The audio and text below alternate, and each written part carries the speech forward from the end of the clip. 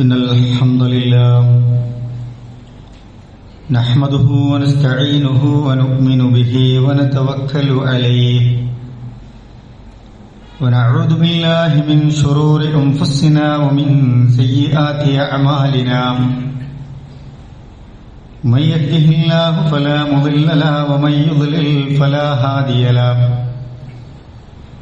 وأشهد أن لا إله إلا الله وحده لا شريك له وأشهد أن محمدا عبده ورسوله أرسله بالهدى ودين الحق ليظهره على الدين كله ولو كره المشركون اللهم صل على محمد وعلى آل محمد كما صليت على إبراهيم وعلى آل إبراهيم وبارك على محمد وعلى آل محمد كما باركت على إبراهيم وعلى آل إبراهيم إنك حميد مجيد أما بعد فإن خير الحديث كتاب الله وخير الهدي هدي محمد صلى الله عليه وسلم وشر الأمور محدثاتها وكل محدثة بدعة وكل بدعة ضلالة وكل ضلالة في النار أعوذ بالله من الشيطان الرجيم بسم الله الرحمن الرحيم يا أيها الذين آمنوا اتقوا الله حق تقاته ولا تموتن إلا وأنتم مسلمون بسم الله الرحمن الرحيم إنه من يشرك بالله فقد حرم الله عليه الجنة ومأواه النار وما للظالمين من أنصار.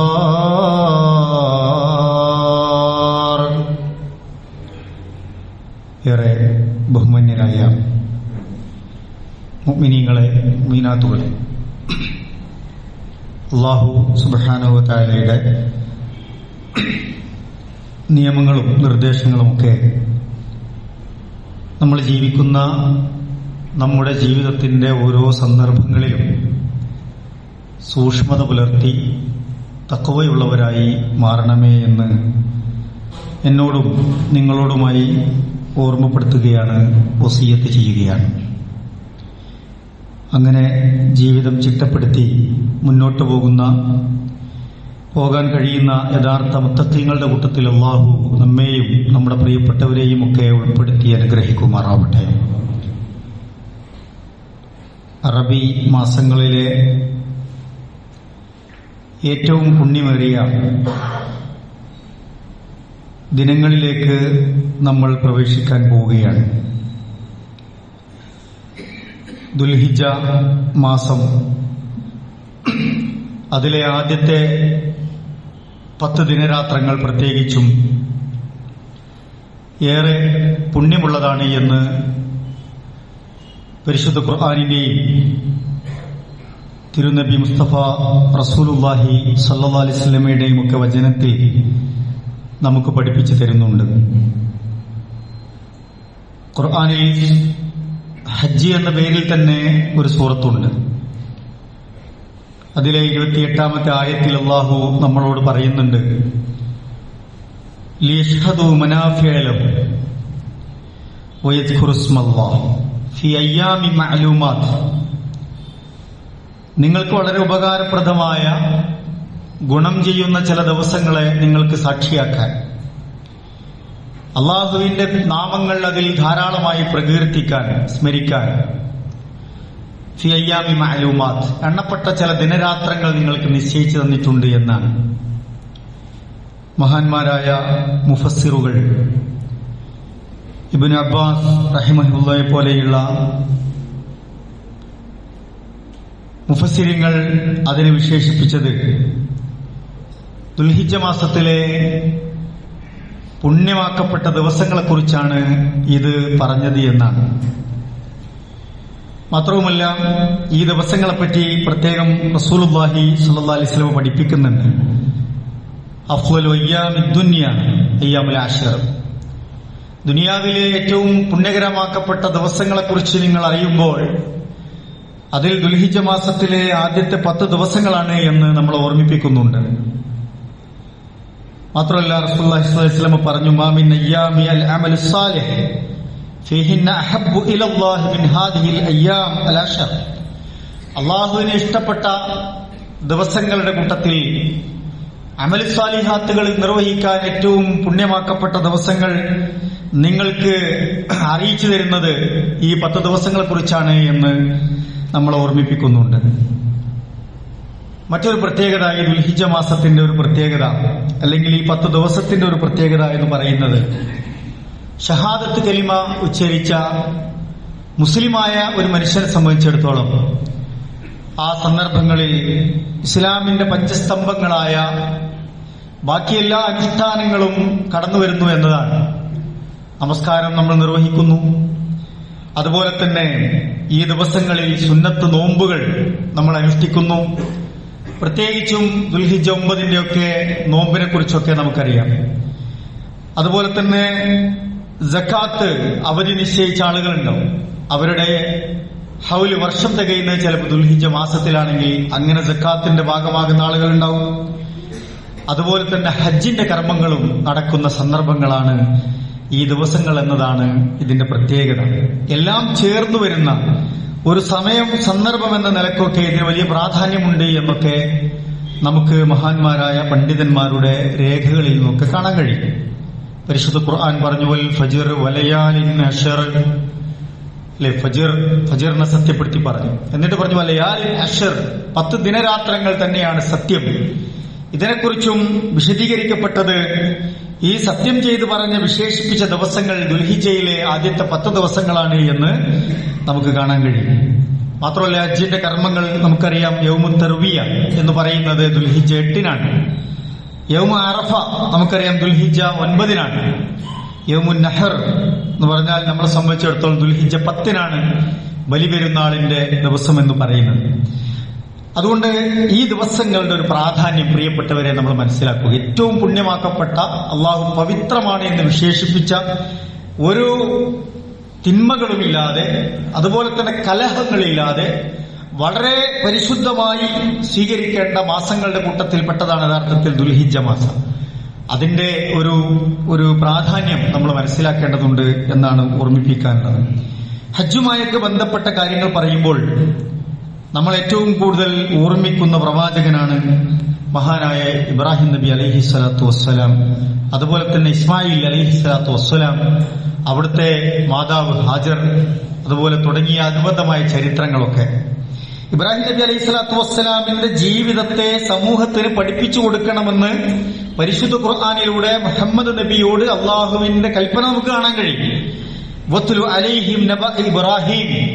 ഇബ്രാഹിം നബി അലൈഹി സ്വലാത്തു വസ്സലാമിന്റെ വൃത്താന്തങ്ങളെ, അദ്ദേഹത്തിന്റെ ജീവിത ചരിത്രത്തെ, അദ്ദേഹത്തിന്റെ ലക്ഷ്യത്തെക്കുറിച്ച്, മാർഗത്തെക്കുറിച്ച്, ദൗത്യത്തെക്കുറിച്ചൊക്കെ പ്രവാചകരെ താങ്കൾ ജനങ്ങൾക്ക് പഠിപ്പിച്ചു കൊടുക്കുക എന്ന് പരിശുദ്ധ ഖുർആൻ നമ്മളോട് പറഞ്ഞു തരും, നമുക്ക് കാണാൻ കഴിയും. എന്തായിരുന്നു ഇബ്രാഹിം നബി അലൈഹി സ്വലാത്തു വസ്സലാമിന്റെ ഏറ്റവും വലിയ ദൗത്യം, ഏറ്റവും പ്രധാനപ്പെട്ട ഉത്തരവാദിത്തം? എന്തിനായിരുന്നു അദ്ദേഹം നിയോഗിക്കപ്പെട്ടത്? എവിടെയായിരുന്നു അദ്ദേഹത്തിന്റെ ജനനം? അദ്ദേഹത്തിന്റെ ആദ്യത്തെ ദൗത്യം എവിടെ നിർവഹിക്കപ്പെട്ട് തുടങ്ങി? പിന്നീട് എങ്ങനെയാണ് അദ്ദേഹം മക്കയിലേക്ക് എത്തിപ്പെടുന്നത് എന്നതൊക്കെ നമുക്കറിയാം. ഞാൻ ആ ചരിത്രത്തിലേക്ക് പോകുന്നില്ല. ഇബ്രാഹിം നബി അലൈഹി സ്വലാത്തു വസ്സലാം തന്റെ ജനതയോട് ചോദിക്കുന്ന ചില വചനങ്ങളെ ഖുർആൻ നമുക്ക് ഓർമ്മിപ്പിച്ചു തരുന്നുണ്ട്. ഇബ്രാഹിം നബി അലൈഹി സ്വലാത്തു വസ്സലാം ചോദിക്കാണ്, ഇദ് ഖാല ലി അബീഹി വഖൗമിഹി മാ തഅബുദൂൻ. ഇബ്രാഹിം നബി അലൈഹി സ്വലാത്തു വസ്സലാം തന്റെ ഉപ്പയോട്, ബാപ്പയോട് ചോദിക്കുന്നു. അതുപോലെ തന്നെ വഖൗമിഹി, അദ്ദേഹത്തിന്റെ ജനങ്ങളോട് ചോദിക്കുന്നു, മാ തഅബുദൂൻ, നിങ്ങൾ ഏതൊന്നിനെയാണ് ആരാധിച്ചുകൊണ്ടിരിക്കുന്നത്? നിങ്ങൾ എന്തിനാണ് ഇബാദത്ത് എടുത്തുകൊണ്ടിരിക്കുന്നത്? ആർക്ക് വേണ്ടിയിട്ടാണ് ചെയ്തുകൊണ്ടിരിക്കുന്നത് എന്ന് ചോദിക്കുന്നുണ്ട്.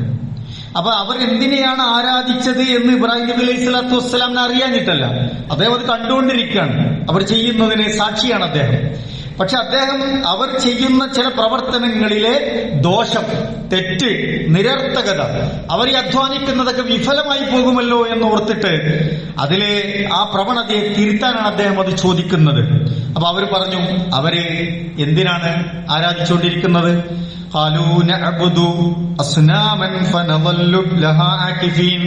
ഞങ്ങൾ എന്ത് ചെയ്യുന്നു? ഞങ്ങളിതാ ഈ ബിംബങ്ങളെ, ഈ വിഗ്രഹങ്ങളെയൊക്കെയാണ് ഞങ്ങൾ ആരാധിക്കുന്നത്.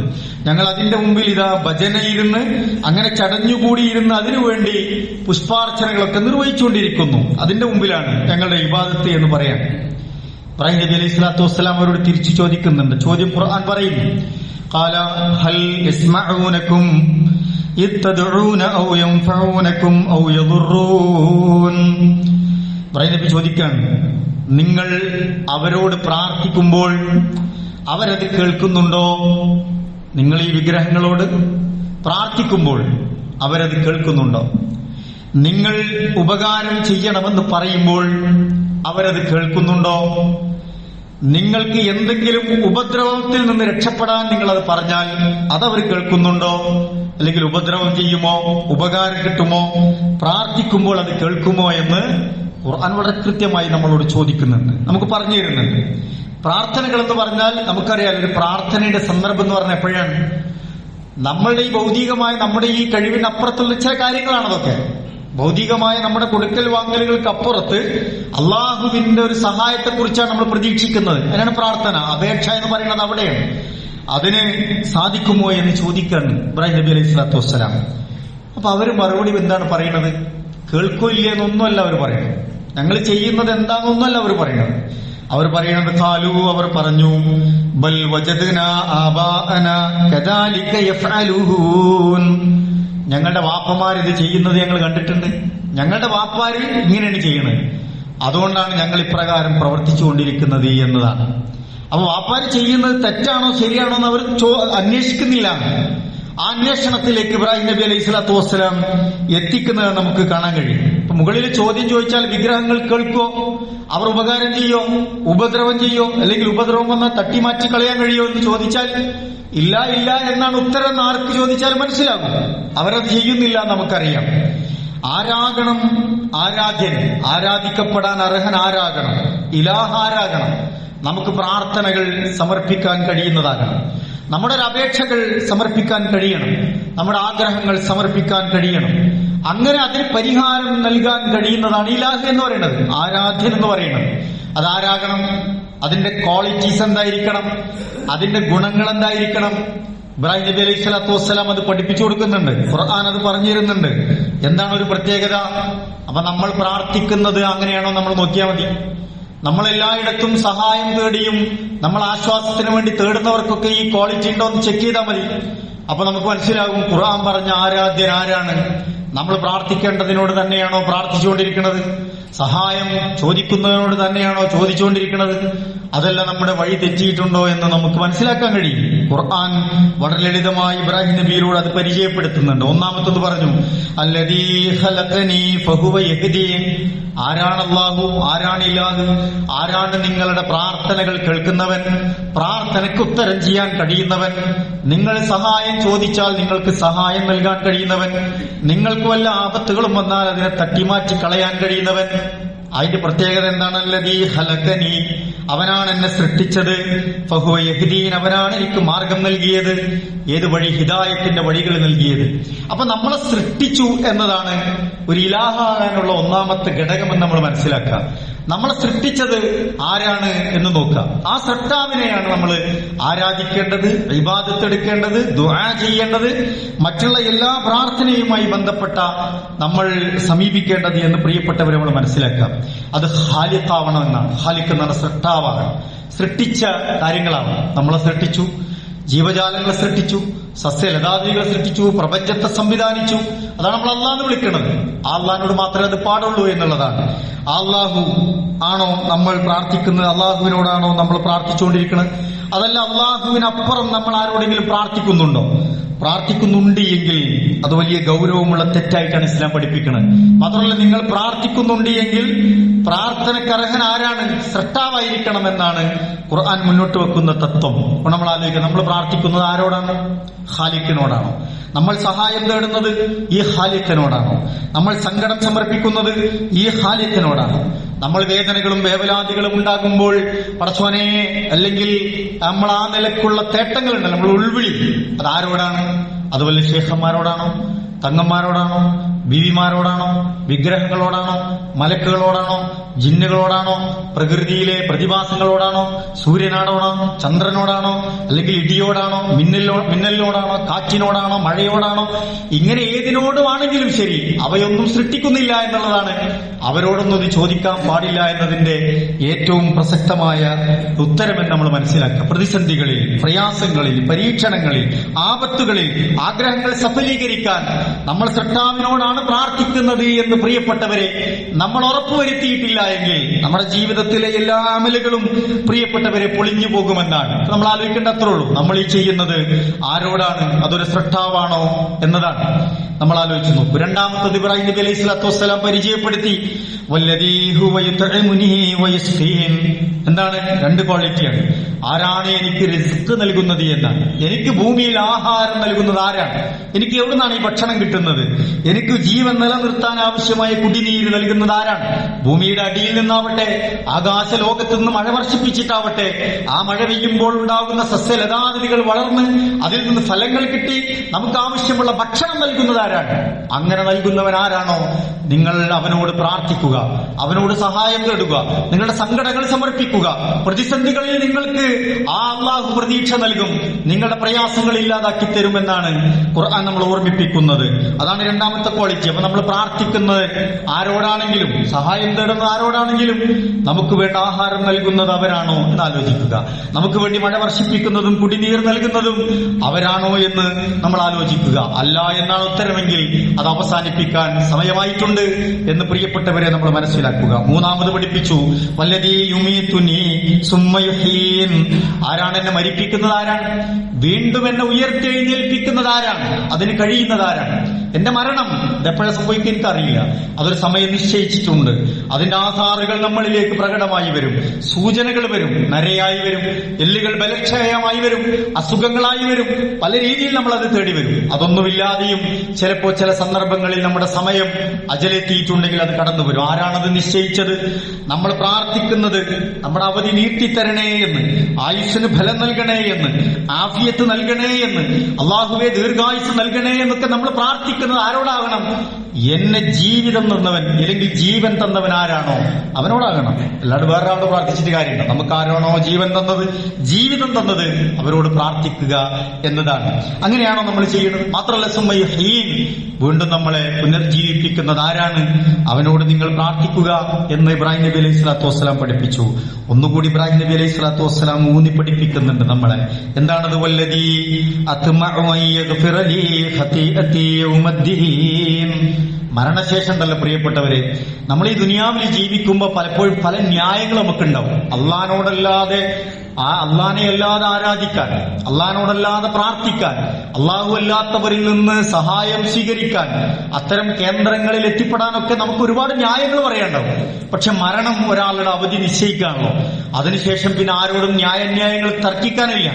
അള്ളി നമ്മൾ മാത്രമായിട്ടുള്ള ഇടപാടാണ്. പിന്നെ നമ്മളെ സഹായിച്ചവരാരുമില്ല, എല്ലാവരും പിന്നെ ഒറ്റക്കാണ്. അവിടെ നാളെ പരലോകത്ത് വിചാരണയുടെ സന്ദർഭത്തിൽ നമ്മൾ റബ്ബും മാത്രമേ ഉള്ളൂ. നമ്മളോട് ഊക്കും വമ്പും പറഞ്ഞവരില്ല, നീ അങ്ങനെ തന്നെ പോയാൽ മതി എന്ന് പറഞ്ഞവരില്ല, നീ അത് പഠിക്കേണ്ടതില്ല, ഞങ്ങൾ പറഞ്ഞത് ചെയ്താൽ മതി എന്ന് പറഞ്ഞവരില്ല, ഞാനാണ് എന്റെ വാപ്പ അല്ലെങ്കിൽ ഞങ്ങളാണ് എന്റെ പൂർവികർ, ഞങ്ങൾ നിൽക്കുന്നിടത്ത് നിന്നാ മതി എന്ന് പറയാൻ ആളുണ്ടാവില്ല എന്നാണ് ഖുർആൻ വളരെ ഗൗരവത്തിൽ ഓർമ്മിപ്പിക്കുന്നത്. നമ്മുടെ ആഖിറം നമ്മളാണ്, ഓരോരുത്തരാണ് ഉറപ്പുവരുത്തേണ്ടത് എന്ന് ഖുർആൻ നമ്മൾ ഓർമ്മിപ്പിക്കുകയാണ്. എന്നിട്ട് പറഞ്ഞു, എന്താണ്? നാളെ പരലോകത്തിന്റെ വിചാരണ നടക്കുന്ന സമയത്ത് പടച്ചോനെ, ആ പ്രതിഫല ദിവസത്തിൽ എന്റെ പാപങ്ങൾ, സംഭവിച്ചു പോയ പാപങ്ങൾ ഉണ്ടാകും, മനുഷ്യരാണ് നമ്മളൊക്കെ, അതൊക്കെ എല്ലാം പൊറുക്കാൻ കഴിയുന്നവൻ ആരാണോ അവനാണ് പ്രാർത്ഥനക്കർഹൻ, ആരാധനക്കർഹൻ എന്ന് ഇബ്രാഹിം നബി അലൈഹി സ്വലാത്തു വസ്സലാം നമ്മളെ പഠിപ്പിച്ചു തരാണ്. നമ്മൾ ആലോചിക്കുക, അങ്ങനെയാണോ എന്ന് നമ്മൾ ഉറപ്പുവരുത്തുക. പ്രിയപ്പെട്ടവരെ, അള്ളാഹു അല്ലെങ്കിൽ ഖാലിഖ് അല്ലെങ്കിൽ റാസിഖ് അല്ലെങ്കിൽ മരിപ്പിക്കാനും ജീവിപ്പിക്കാനും കഴിവുള്ളവൻ, പരലോകത്തിന്റെ എല്ലാവിധ മാലിക് യൗമിദ്ദീൻ എന്നതാണ് പ്രതിഫല ദിവസത്തിന്റെ ഉടമസ്ഥൻ എന്ന് പറഞ്ഞാൽ ബാക്കി എല്ലാവരുടെയും അധികാരം ഇല്ലാതാവും, അള്ളാഹ്ക്ക് മാത്രമാണ് അധികാരമുള്ളൂ എന്നുള്ള ആ അള്ളാഹുവിന്റെ രക്ഷയും പൊരുത്തം കിട്ടണമെങ്കിൽ അള്ളാഹിനെക്കാണ് ഇബാദത്ത് ചെയ്യേണ്ടത്, അള്ളാഹിനോടാണ് പ്രാർത്ഥിക്കേണ്ടത്, അള്ളാഹിനോടാണ് സഹായം തേടേണ്ടത്, അള്ളാഹിനോടാണ് സങ്കടം പറയേണ്ടത്. അള്ളാഹ്ക്ക് മാത്രമേ നമ്മുടെ പ്രയാസങ്ങളെ ഇല്ലാതാക്കാൻ കഴിയൂ എന്ന് പ്രിയപ്പെട്ടവരെ നമ്മൾ മനസ്സിലാക്കുക. അല്ലാതെ നമ്മൾ ചെയ്യുന്നതൊക്കെ, നമ്മൾ ഈ അള്ളാഹുവിന് നൽകുന്ന ഈ കാര്യങ്ങൾ വേറെ എവിടെ കൊടുത്താലും, നേരത്തെ സൂചിപ്പിച്ച വ്യക്തികൾ, ശക്തികൾ, സിദ്ധികൾ എവിടെ കൊടുത്താലും അള്ളാഹ്ക്ക് കൊടുക്കേണ്ടത് അതിന്റെ ഒരംശം, അംശത്തിന്റെ 100% നിങ്ങൾ കൊടുത്താൽ പോലും അത് ശിർക്കാണ് എന്നാണ് ഖുർആൻ പഠിപ്പിക്കുന്നത്. അത് അള്ളാഹ്ക്ക് ഇഷ്ടമല്ല, അള്ളാഹ്ക്ക് വെറുപ്പാണ് അതിനോട്. ശിർക്ക് സംഭവിച്ചു പോയോ ജീവിതം നിഷ്ഫലമായി പോയി എന്നാണ് ഇസ്ലാം നമ്മളെ പഠിപ്പിക്കുന്നത്. ഖുർആൻ പറഞ്ഞു അത്യന്തം അപകടകരമാണ് ഈ ശിർക്ക് എന്ന് പറയുന്നത്, നരകശിക്ഷയ്ക്ക് വിധേയമാകുന്ന കഠിനമായ പാപമാണ് എന്നതാണ്. ഇബ്രാഹിം നബി അലൈഹി സ്വലാത്തു വസ്സലാം തന്റെ പിതാവിനോട്, ഉപ്പയോട്, ആ സമൂഹത്തോട് വിളിച്ചു പറഞ്ഞതിന്റെ പൊരുളൊക്കെ ഇതാണ് എന്ന് പ്രിയപ്പെട്ടവരെ നമ്മളെ മനസ്സിലാക്കുക. ഖുർആൻ പറഞ്ഞു, ലാ തുശ്രിക് ബില്ലാഹ് ഇന്നശ്ശിർക ലദുൽമുൻ അദീം. നിങ്ങൾ ശിർക്ക് ചെയ്യരുതേ, ആ ശിർക്ക് വലിയ അക്രമമാണ്, മഹാപാപമാണ്. മറ്റൊരിടത്ത് പറഞ്ഞു, വമയ്യുശ്രിക് ബില്ലാഹ് ഫഖദ് ഇഫ്തറാ ഇസ്മൻ അദീമാ.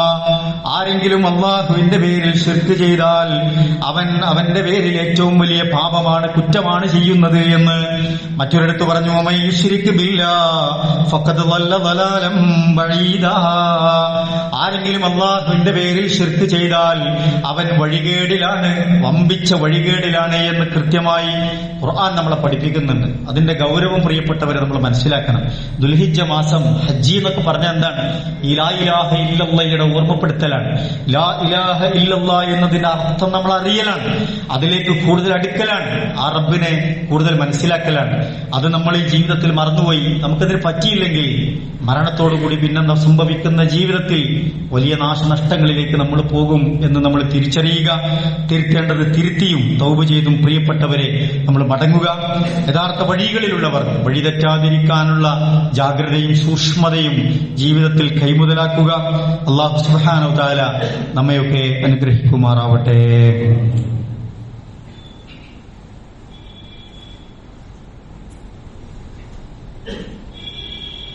അൽഹംദുലില്ലാഹ് വസ്സലാത്തു വസ്സലാമു അലാ റസൂലില്ലാഹ് വഅലാ ആലിഹി വസഹ്ബിഹി അജ്മഈൻ. അമ്മാ ബഅദ്. അല്ലാഹുവിനെ സൂക്ഷിച്ച് ജീവിക്കണമേ എന്ന് ഒരിക്കൽ കൂടി ഓർമ്മപ്പെടുത്തുകയാണ്. ദുൽഹിജ്ജ മാസത്തിന്റെ പുണ്യവും പവിത്രതയുമായി ബന്ധപ്പെട്ട കാര്യങ്ങളാണ് ഓർമ്മിപ്പിച്ചത്. അതിലേറ്റവും പ്രധാനപ്പെട്ടത് ഇബ്രാഹിം നബി അലൈഹി സ്വലാത്തു വസ്സലാം നമ്മെ പഠിപ്പിക്കുകയും മുത്തു മുഹമ്മദ് മുസ്തഫ റസൂലുള്ളാഹി സ്വല്ലല്ലാഹി അലൈഹി വസല്ലം അദ്ദേഹത്തിന്റെ ദൗത്യത്തിന്റെ പൂർത്തീകരണത്തെ ഏറ്റെടുക്കുകയും അത് നമുക്ക് പകർന്നു തരികയൊക്കെ ചെയ്തിട്ടുണ്ട്. അതിന്റെ കൃത്യമായ പൊരുള്, ഇതിന്റെ അർത്ഥം നമ്മൾ മനസ്സിലാക്കുക എന്നതാണ്. ഒരാൾ ശിർക്ക് ചെയ്തു, തൗബ ചെയ്യാതെയാണ് അയാൾ മരണപ്പെടുന്നത് എങ്കിൽ അയാളുടെ സ്വർഗം തടയപ്പെടുമെന്ന് ഖുർആൻ ഒരു സംശയത്തിനുമിടയില്ലാതെ നമ്മൾ ഓർമ്മിപ്പിക്കുന്നുണ്ട്. പല ആളുകളും ചോദിക്കും, എന്തിനാണ് ഈ തൗഹീദ് നിങ്ങൾ ഇങ്ങനെ പറഞ്ഞുകൊണ്ടിരിക്കുന്നത്? ലാ ഇലാഹ ഇല്ലല്ലാഹ് എന്തിനങ്ങനെ പറഞ്ഞുകൊണ്ടിരിക്കുന്നത്? എന്തൊക്കെ രസകരമായ കാര്യങ്ങൾ പറയാണ്ട്, തമ്മിൽ തെറ്റാത്ത എത്ര കാര്യങ്ങൾ പറയാണ്ട്. എന്തിനാണ് ഈ ലാ ഇലാഹ ഇല്ലല്ലാഹ് നിങ്ങൾ ഇങ്ങനെ ഗൗരവത്തിൽ പറയുന്നത്? ഇതിന്റെ വാശിയിൽ പറയുന്നത്, കണിശമായി പറയുന്നത്, കർക്കശമായി പറയണമെന്നൊക്കെ പലരും ചോദിക്കും. മരണത്തോടുകൂടി പിന്നീട് ഒരാളെ നരകത്തിൽ നിന്ന് രക്ഷപ്പെടുത്താൻ പിന്നീട് ആർക്കും കഴിയും? ഇല്ല. അയാളെപ്പോഴാണ് നമുക്ക് കഴിയുക? തെറ്റ് ചെയ്യുന്നുണ്ട് എങ്കിൽ, ശിർക്ക് ചെയ്യുന്നുണ്ട് എങ്കിൽ, തെറ്റാണ് എന്ന് പറഞ്ഞു കൊടുക്കേണ്ട സമയം അത് ജീവിച്ചിരിക്കുമ്പോഴാണ്. അതുവരെ നമ്മൾ നല്ല പഞ്ചാര വർത്താനൊക്കെ പറഞ്ഞ് നമ്മൾ തെറ്റാതെ പോയി, അയാൾ മരണപ്പെട്ടു പോയി, നമ്മൾ സ്വർഗാവകാശികളായി, നമ്മുടെ കൂടപ്പറപ്പുകൾ നരകാവകാശികളായി. എന്ത് രസമാണ് നമുക്ക് കയ്യിലുള്ളത് എന്ന് നമ്മൾ ആലോചിക്കുക. നമുക്ക് ഓരോരുത്തർക്കും ഉത്തരവാദിത്തങ്ങളുണ്ട്. ഇത് ഗൗരവത്തിൽ നമ്മൾ മനസ്സിലാക്കുകയും ഇത് ആളുകളെ പഠിപ്പിക്കുകയും ചെയ്യാന്നുള്ളതാണ്. ഖുർആൻ പറഞ്ഞു, ഇന്നഹു മൻ യുശ്രിക് ബില്ലാഹ് ഫഖദ് ഹറമല്ലാഹു അലൈഹിൽ ജന്ന വമഅവാഹുന്നാർ വമാ ലിദ്ദാലിമീന മിൻ അൻസാർ. ആരെങ്കിലും അല്ലാഹുവിന്റെ പേരിൽ ശിർക്ക് ചെയ്താൽ ഫഖദ് ഹറമല്ലാഹു അലൈഹിൽ ജന്ന, അവന്റെ സ്വർഗ്ഗം അല്ലാഹു ഹറാമാക്കിയിട്ടുണ്ട്. വമഅവാഹുന്നാർ, അവന്റെ സങ്കേതം നരകമാണ്.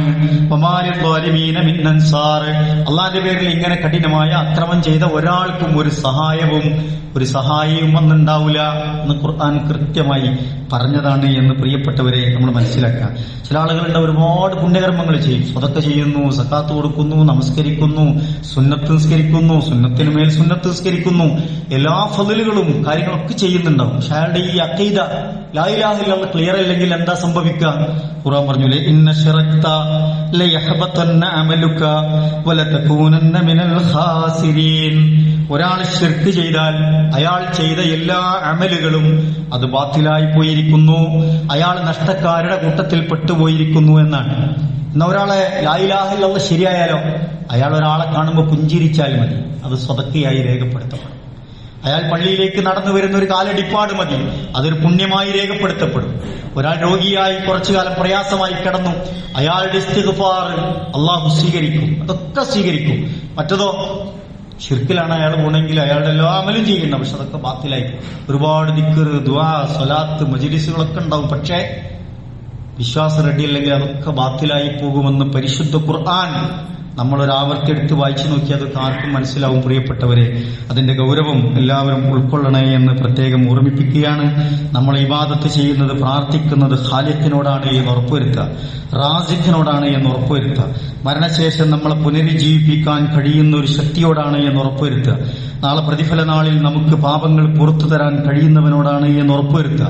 നമ്മളെ നരകത്തിൽ നിന്ന് മോചിപ്പിച്ച് സ്വർഗപ്രവേശനം സാധ്യമാക്കി തരാൻ കഴിയുന്നവനോടാണ് എന്ന് പ്രിയപ്പെട്ടവരെ നമ്മൾ ഉറപ്പുവരുത്തുക. അപ്പൊ നമ്മൾ നേരായ മാർഗത്തിലാണ് എന്ന് മനസ്സിലാക്കാൻ കഴിയും. അല്ലാഹു സുബ്ഹാനഹു വ തആല നമ്മുടെ പോരായ്മകളൊക്കെ പുറത്ത് മാപ്പാക്കി തരുമാറാവട്ടെ. പ്രിയപ്പെട്ടവരെ, ദുൽഹിജ്ജ മാസം നമുക്കറിയാം, ഉളുഹിയ്യത്തിനൊക്കെ നിയ്യത്താക്കിയ ആളുകളുണ്ടാവും. അവർ ദുൽഹിജ്ജ മാസം പറഞ്ഞാൽ അവരുടെ മുടിയും നഖവും ഒന്നും വെട്ടാതിരിക്കൽ സുന്നത്താണ് എന്ന് പ്രത്യേകം മനസ്സിലാക്കുക. അതുപോലെ തന്നെ ഉളുഹിയ്യത്ത് കർമ്മം അതിനെ ഒരുങ്ങേണ്ടൊക്കെ സമയം നമ്മുടെ മഹലിലൊക്കെ അതിന്റെ സംവിധാനങ്ങൾ ആയിക്കഴിഞ്ഞു. കുറെ ആളുകൾ അതിലൊക്കെ ചേർന്നിട്ടുണ്ട്. ഇനിയും അതിലേക്ക് ആർക്കെങ്കിലും നിയ്യത്തൊക്കെ ഉണ്ടെങ്കിൽ അതുമായി ബന്ധപ്പെട്ട കർമ്മങ്ങൾ അന്വേഷിച്ച് അതിനാവശ്യമായ ക്രമീകരണങ്ങൾ നടത്തണം.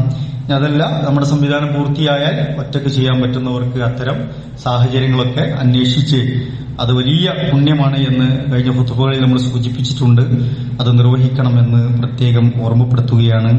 അള്ളാഹു നമ്മയൊക്കെ അനുഗ്രഹിക്കുമാറാവട്ടെ. സഹോദരങ്ങളെ, പള്ളിയാളിൽ താമസിക്കുന്ന പരേതനായ മർഹൂം PK അബ്ദുറഹ്മാൻ എന്നവരുടെ മകൻ PK ഹസൻ എന്നവർ മരണപ്പെട്ട വിവരം നിങ്ങൾ അറിഞ്ഞിട്ടുണ്ടാകും. വൈകുന്നേരം 4:30 മണിക്കാണ് അദ്ദേഹത്തിന്റെ ജനാസ നമസ്കാരം. നമ്മുടെ പള്ളിയിൽ വെച്ച് തന്നെയാണ്. ശേഷം പുത്തുവാടം ജുമുഅത്ത് പള്ളിയുടെ ഖബർസ്ഥാനോടനുബന്ധിച്ചുള്ള സ്ഥലത്ത് ഖബറടക്കവും നടക്കും. എല്ലാവരും അദ്ദേഹത്തിന് വേണ്ടി പ്രത്യേകം മഗ്ഫിറത്തിന് വേണ്ടി പ്രാർത്ഥിക്കണമെന്ന് വസിയത്ത് ചെയ്യുകയാണ്. അല്ലാഹു സുബ്ഹാനഹു വ തആല അദ്ദേഹത്തിന്റെ എല്ലാ ദോഷങ്ങളും പുറത്തു കൊടുക്കുകയും അവന്റെ ജന്നാത്തുൽ ഫിർദൗസിൽ നമ്മളോടൊപ്പം അദ്ദേഹത്തെ ഒരുമിച്ച് കൂട്ടി അനുഗ്രഹിക്കുകയും ചെയ്യുമാറാവട്ടെ. ജീവിതത്തിൽ അദ്ദേഹം ചെയ്ത എല്ലാ സുഹൃതങ്ങളും അല്ലാഹു സുബ്ഹാനഹു വ തആല സ്വീകരിക്കുകയും വമ്പിച്ച പ്രതിഫലം നൽകി അനുഗ്രഹിക്കുകയും ചെയ്യുമാറാവട്ടെ.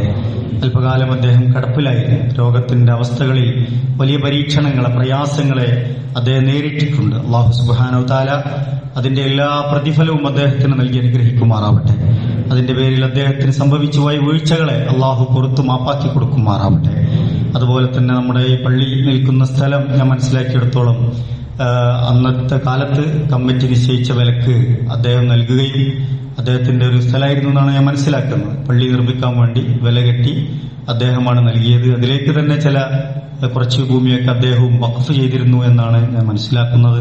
അല്ലാഹു സുബ്ഹാനഹു വ തആല അദ്ദേഹത്തിന്റെ അത്തരം സൽക്കർമ്മങ്ങളൊക്കെ വമ്പിച്ച പ്രതിഫലമാക്കി മാറ്റുകയും നാളെ പരലോകത്ത് സ്വർഗപ്രവേശനത്തിനുള്ള വലിയ പുണ്യമാക്കി തീർക്കുകയും ചെയ്ത് അനുഗ്രഹിക്കുമാറാവട്ടെ. അല്ലാഹു അദ്ദേഹത്തിന്റെ മരണകാരണത്താൽ വിഷമിക്കുന്ന അവരുടെ കുടുംബാംഗങ്ങൾക്കൊക്കെ സമാധാനം നൽകി അനുഗ്രഹിക്കുമാറാവട്ടെ. അദ്ദേഹത്തിന് മഗ്ഫിറത്തും റഹ്മത്തും നൽകി അനുഗ്രഹിക്കുമാറാവട്ടെ. നമ്മുടെ മഹലിൽ നിന്ന് മരണപ്പെട്ടുപോയ നമ്മുടെയൊക്കെ പ്രിയപ്പെട്ടവരുണ്ട്. മാതാപിതാക്കൾ, ബന്ധുമിത്രാദികൾ, ഇണകൾ, സഹോദരങ്ങൾ, സഹോദരിമാർ, നമ്മളെ ഇഷ്ടപ്പെട്ടവർ അള്ളാഹുവേ, എല്ലാവർക്കും നീ മഗ്ഫിറത്തും റഹ്മത്തും നൽകി അനുഗ്രഹിക്കണേ റഹ്മാനെ. അവരുടെ ഖബർ ജീവിതം നീ വെളിച്ചവും വിശാലമാക്കി കൊടുക്കണേ റഹ്മാനെ. അള്ളാഹുവേ, നിന്റെ ഉന്നതമായ സ്വർഗം ജന്നാത്തുൽ ഫിർദൗസിൽ ഒരുമിച്ച് കൂട്ടി നീ അനുഗ്രഹിക്കണമേ റഹ്മാനെ. എല്ലാ ഫിത്നകളിൽ നിന്നും ഫസാദുകളിൽ നിന്നും ഞങ്ങളെയും ഞങ്ങളുടെ കുടുംബങ്ങളെയും ഞങ്ങളുടെ ദീനിനെയും ഞങ്ങളുടെ ഉമ്മത്തിനെയും ഞങ്ങളുടെ നാടിനെയും ഈ രാജ്യത്തെയും ഒക്കെ നീ കാത്തു രക്ഷിക്കണമേ റഹ്മാനെ. അള്ളാഹുവേ, ഞങ്ങളിൽ നിന്ന് വന്നുപോയ എല്ലാ തെറ്റുകുറ്റങ്ങളെയും നീ വിട്ടുപുറത്ത് മാപ്പാക്കി തരണമേ റഹ്മാനെ. അള്ളാഹുവേ, ഞങ്ങളുടെ മാതാപിതാക്കൾക്ക് നീ പുറത്തു കൊടുക്കണം റഹ്മാനെ. അവർക്ക് നീ ആയുസ്സും ആരോഗ്യവും നൽകി അനുഗ്രഹിക്കണമേ റഹ്മാനെ. അള്ളാഹുവേ, ധാരാളം സതുദ്ദേശങ്ങളോടെ ഞങ്ങൾ നിന്നോട് പ്രാർത്ഥിച്ചുകൊണ്ടിരിക്കുന്നു നാഥ. ഞങ്ങളുടെ എല്ലാ നല്ല ഉദ്ദേശങ്ങളെയും നീ സഫലമാക്കി തരണമേ റഹ്മാനെ. അള്ളാഹുവേ, ഞങ്ങളുടെ പഠനത്തിലും ഞങ്ങളുടെ പരീക്ഷകളിലും ഞങ്ങളുടെ ജോലികളിലും ഞങ്ങളുടെ കച്ചവടങ്ങളിലും ഞങ്ങളുടെ കുടുംബജീവിതത്തിലും ധാരാളം ഹൈറും ബർക്കത്തും നൽകി നീ അനുഗ്രഹിക്കണമേ റഹ്മാനെ. അള്ളാഹുവേ, പരിശുദ്ധ കഅബാലയത്തെ ലക്ഷ്യമാക്കി ഉംറയും ഹജ്ജും ഒക്കെ നിർവഹിക്കാൻ വേണ്ടി യാത്ര പുറപ്പെട്ട ഞങ്ങളുടെ പ്രിയപ്പെട്ടവരുണ്ട്, യാത്ര പുറപ്പെടാനിരിക്കുന്നവരുണ്ട്, പ്രത്യേകം ദുആക്ക് വേണ്ടി വസിയത്ത് ചെയ്തവരുണ്ട്. അള്ളാഹുവേ, കഅബയുടെ ഓരോ സന്ദർഭങ്ങളിൽ, ഹജ്ജിന്റെ ഓരോ സന്ദർഭങ്ങളിൽ ഞങ്ങൾ പലപ്പോഴും അവർക്ക് യാത്ര വസിയത്ത് നേർന്നവരാണ്, പ്രാർത്ഥന കൊണ്ട് വസിയത്ത് ചെയ്തവരാണ്. ആ സന്ദർഭങ്ങളിലൊക്കെ അവർക്ക് നമ്മളെയൊക്കെ ഓർത്ത് പ്രാർത്ഥിക്കാനുള്ള നല്ല സന്ദർഭങ്ങൾ നീ ഒരുക്കി കൊടുക്കണ റഹ്മാനെ. അവരുടെ ഹജ്ജും ഉംറയും മഖ്ബൂലും മബ്റൂറുമായി നീ സ്വീകരിക്കണേ റഹ്മാനെ. ആഫിയത്തോടുകൂടി തിരിച്ചു വരാനുള്ള തൗഫീഖ് നൽകി നീ അനുഗ്രഹിക്കണമേ റഹ്മാനെ. അല്ലാഹുവേ, ആ പരിശുദ്ധ കഅബാലയത്തിൽ ചെന്ന് പരിശുദ്ധ ഉംറയും ഹജ്ജും നിർവഹിക്കാൻ ഞങ്ങൾക്കൊക്കെ നീ ഞങ്ങളുടെ ആഗ്രഹങ്ങളെ സഫലീകരിച്ചു തരണമേ റഹ്മാനെ. അതിന് നീ തൗഫീഖ് നൽകി അനുഗ്രഹിക്കണമേ റഹ്മാനെ. അല്ലാഹുമ്മ ഗ്ഫിർ ലിൽ മുഅ്മിനീന വൽ മുഅ്മിനാത് വൽ മുസ്ലിമീന വൽ മുസ്ലിമാത് വൽ അഹ്യാഇ മിൻഹും വൽ അംവാത് ഇന്നക മുജീബുദ് ദഅവാതി യാ ഖാദിയൽ ഹാജാത്. അല്ലാഹുമ്മ അജിർനാ മിനൻ നാർ, അല്ലാഹുമ്മ അജിർനാ മിനൻ നാർ, അല്ലാഹുമ്മ അജിർനാ വഅജിർ വാലിദൈനാ മിനൻ നാർ, അല്ലാഹുമ്മ അദ്ഖിൽനൽ ജന്നത മഅൽ അബ്റാർ, അല്ലാഹുമ്മ ഗ്ഫിർ ലനാ യാ ഗാഫിറൽ മുദ്നിബീൻ, അല്ലാഹുമ്മ അർഹം ലനാ യാ അർഹമർ റാഹിമീൻ, അല്ലാഹുമ്മ അർസുഖ് ലനാ യാ ഖൈറർ റാസിഖീൻ. റബ്ബനാ തഖബ്ബൽ മിന്നാ ഇന്നക അൻതസ് സമീഉൽ അലീം വതുബ് അലൈനാ ഇന്നക അൻതത് തവ്വാബുർ റഹീം. റബ്ബനാ ആതിനാ ഫിദ് ദുനിയാ ഹസന വഫിൽ ആഖിറതി ഹസനതൻ വഖിനാ അദാബൻ നാർ.